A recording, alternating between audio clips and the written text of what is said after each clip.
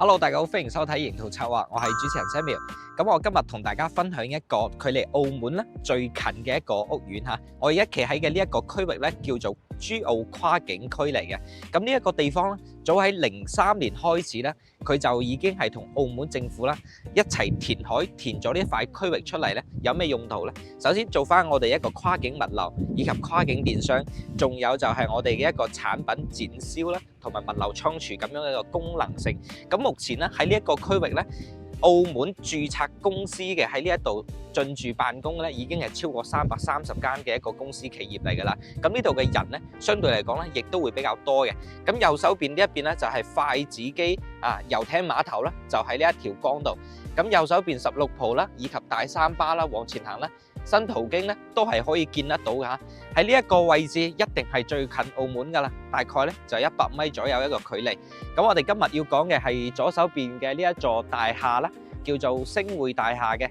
佢總層高咧就25層，1到4樓咧係有商業㗎。咁往上走咧就係我哋嘅一個 apartment 啦，以及我哋大平層嘅一個單位啦。今日要同大家分享嘅咧係2000尺嘅大平層，總價 total 落嚟只需要200萬就搞掂啦，而且仲係現樓現證㗎。事不宜遲，我哋過去1樓大堂同大家去睇下。嗱，咁我哋而家咧就行到1樓嘅大堂啦。佢做得咧相對亦都係比較氣派少少噶。嗱，出邊呢一啲咧全部都係1樓嘅底商嚟噶。嗱，包括我哋呢一邊咧已經係有簽商咗我哋一個係新鮮嘅一個超市啦，包括呢個沙苑大酒店啊、沙苑小食啊，以及咧我哋嘅一個日常嘅一啲，例如話我哋嘅蛋撻啦、葡撻啦、巨記啦。呢一啲咧商家咧，我哋已經係進行咗招商噶啦。咁喺年底嘅時候咧，就會開業。咁我哋呢一邊咧係1樓嘅一個大堂啦，會有24小時嘅一個安保嘅管家啦，喺呢一邊值班嘅嚇。咁我哋呢一邊咧睇到嚇，成個酒店級嘅一個大堂係相對咧非常之靚仔。咁6梯6伙啦，事實上咧佢仲有另外一部係貨 lift 嚟嘅，就去到7梯6伙咁樣嘅單位。咁我哋今日要講嘅大平層咧，就只有係6伙人間。咁啊，相當都專梯入戶噶啦。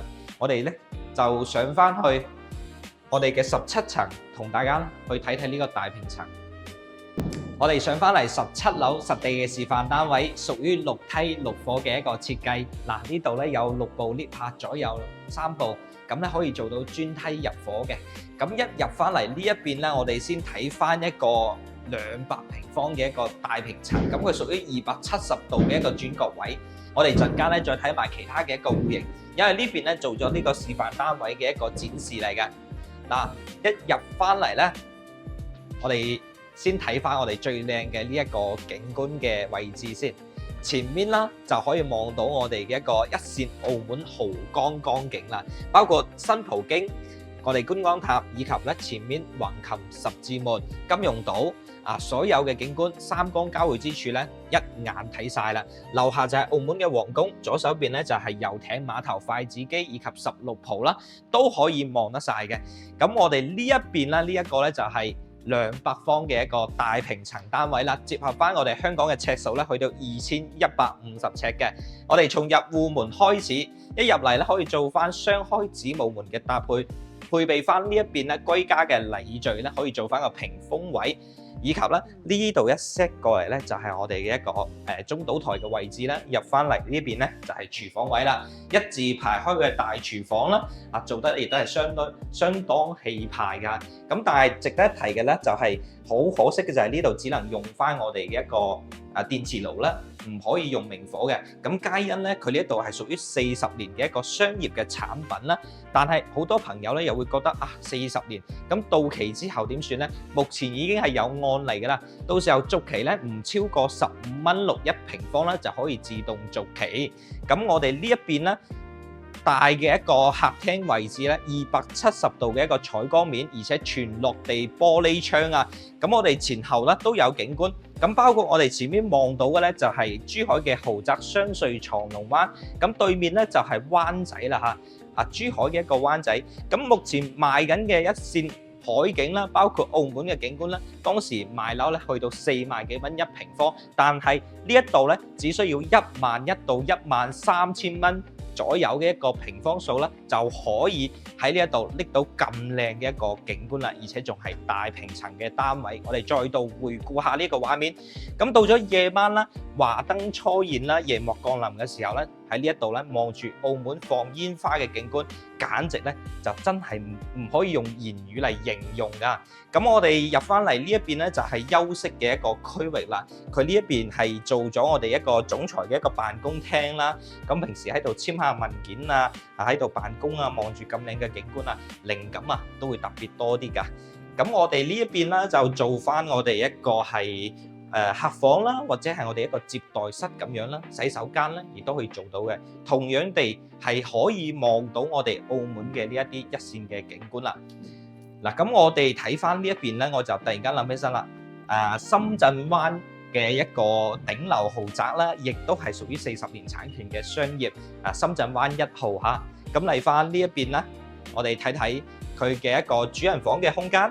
嗱，陽光係非常之光猛充足嘅，咁亦都係特別精神啦，方方正正，咁冇任何嘅一啲柱位。呢一邊咧，亦都可以做咗我哋嘅呢一啲洗手間嘅一個位置套房嘅設計。好啦，咁我哋整體嘅戶型咧就可以睇完啦。同大家講下聲明一下咧，就係我哋呢一度咧全部進行呢一個係清水樓去交付嚇，即係呢見到嘅呢啲裝修咧係冇嘅。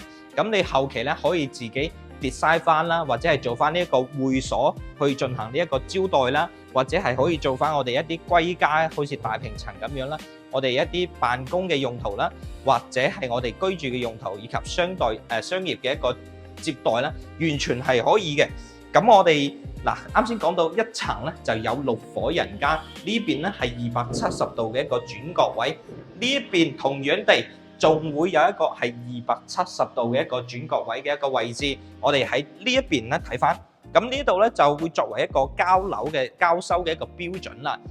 同樣係270度，只不過朝向啦以及我哋嘅景觀咧就會有所唔同啦。喺呢一邊咧，我哋望出去嘅係拱北前山河嘅河景啦，以及咧我哋可以放大一下，可以睇到嗰個珠澳灣嘅景觀珠澳灣喺嗰個屋苑啦。咁呢一度咧就係啱先我講嘅深圳灣1號同款嘅發展商騰瑞集團喺嗰度攞地起嘅。咁佢嗰個景觀咧，亦都係可以望到澳門嘅景。但係佢嘅價錢，如果係以200幾方好似咁大嘅話咧，佢要賣到600萬往上走啊！呢度咧只需要200萬就搞掂啦嚇。雖然講話係清水樓交付，但係你可以睇到係冇任何嘅一個廚位嚟嘅，因為佢係屬於框架嘅一個去建設嘅。佢唔同話有承重牆或者係承重廚位唔係啊，佢係成個框架四邊咁方方正正，好似一個手機嘅平面咁樣。咁手機有4個角啊嘛。咁佢4個角都有4套係270度嘅一個轉角位，咁中間咧就可以直望出去啦。咁我哋而家就去睇翻啱先講緊嘅嗰一套，中間我哋一眼睇晒嘅景觀係點樣嘅。咁我哋睇下呢個廣告牌，吃喝玩樂啦、買嘢啦、購物啦。咁我哋1樓咧係做咗我哋嘅一個底商嘅嚇。咁1到3樓咧亦都有商業，4樓係空中花園嚟嘅。包括呢個 supermarket 啦，仲有咧就係我哋一個新鮮超市啦，健身房會所咧就會喺我哋一個4樓嘅一個空中花園嘅位置，亦都係做齊俾大家噶啦。我哋最後嚟感受下呢一個一眼睇晒成個澳門景觀嘅大平層單位。我哋先睇翻呢一個景觀先。哇！我真係好後悔當時自己冇多讀啲書啊！如果我可以多讀啲書咧，我就可以形容下呢一個景觀啦。你攝影師往後走，我往前走，我哋睇下呢一個景，呢一個空間係有幾咁離譜嚇？係咪好大啊？如果呢一度咧，你係做翻我哋一啲會所式嘅一個接待咧，其實呢一個區域咧係非常之方便嘅。喺呢一度過關咧，去到澳門啦，只需要大概係5分鐘嘅時間，落樓下咧步行都可以過關，因為佢係青洲口岸。以前呢一度咧係屬於我哋一個跨境嘅一個可以講話叫做工業區啦，但係佢係屬於珠海同澳門填海填出嚟嘅呢一塊區域，做翻呢一個倉儲物流啦、跨境電商跨境物流運營等等嘅一啲類似嘅一個產業喺呢一度嚇。